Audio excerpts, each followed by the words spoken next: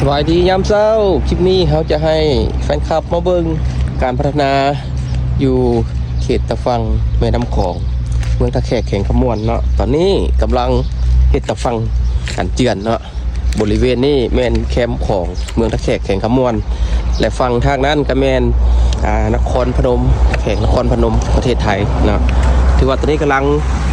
คุณเขี้ยวกาเกียมหรือว่ากำลังเฮ็ดตะฟังกันเจือนอยู่ใกล้กับเขตพระธาตุสีโคตรเมืองเก่าหรือพระธาตุสีโคตรตอนกำลังมีการเริ่ม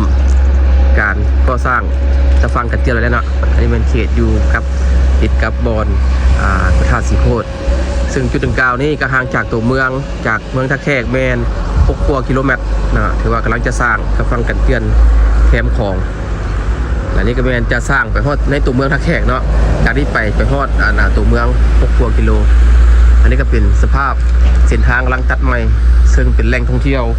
ที่น่าสนใจและมีชื่อเสียงของประเทศลาวก็คือพระธาตุสีโคตร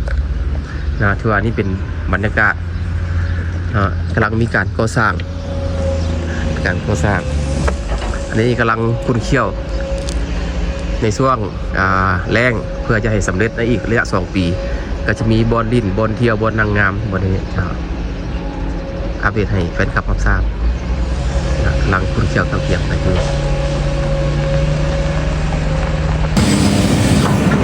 ตอนนี้แมนกำลังคุณเขียวยกทางเกี่ยวทางไปเพื่อจะได้เอาหินเอาทรายแล้วก็เพื่อจะเห็ดตะฟังตะเจือนนะอันนี้บรรยากาศ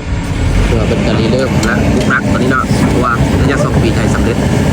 กำลังบุกเบิกตอนนี้ฝั่งนั้นเป็นนครพนมเนาะประเทศไทยแคมป์ของฝั่งนี้ก็เป็นเมืองตะแคกเป็นขมวนเป็นการเริ่มแล้วตอนนี้นะ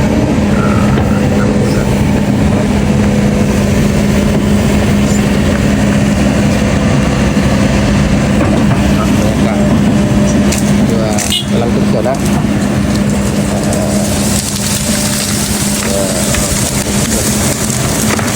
โอ้ต่างๆเด้อ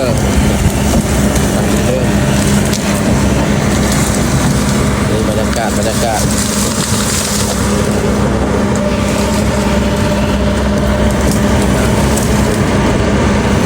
วจะเล่นไว้จะได้ฟังกันเที่ยงงามเป็นบอลเที่ยวได้จะเล่นเที่ยวบรรยากาศยามเศร้าอยู่เมืองตะแคกแข่งขมวนนะถือว่าวิวงามธรรมชาติงามอันนี้ทางตัดใหม่ที่จะไปทางพระธาตุสีโคตรเนาะเส้นทางตัดใหม่แต่ว่าก็มีดินสดเจือนลงเนาะก็จะมีความเสี่ยงแซนไปกายมาทางเส้นนี้ก็ระมัดระวังเนาะยามกลางคืนเพราะว่ามันจะมีความเสี่ยงย่านฝนตกลงตัวนี้เนาะของตัวนี้จะมีความเสี่ยงหลายเด้อเบิ่งเนาะไปมากลางค่ำกลางคืนหรือว่ากลางเว้นก็เช่นเดียวกันอันนี้แมนแคมป์ของนะภูเขางามวิวธรรมชาติอันนั้นแมนตัวเมืองตะแคกเขาเนาะจะเปลี่ยนวงโค้งกำลัง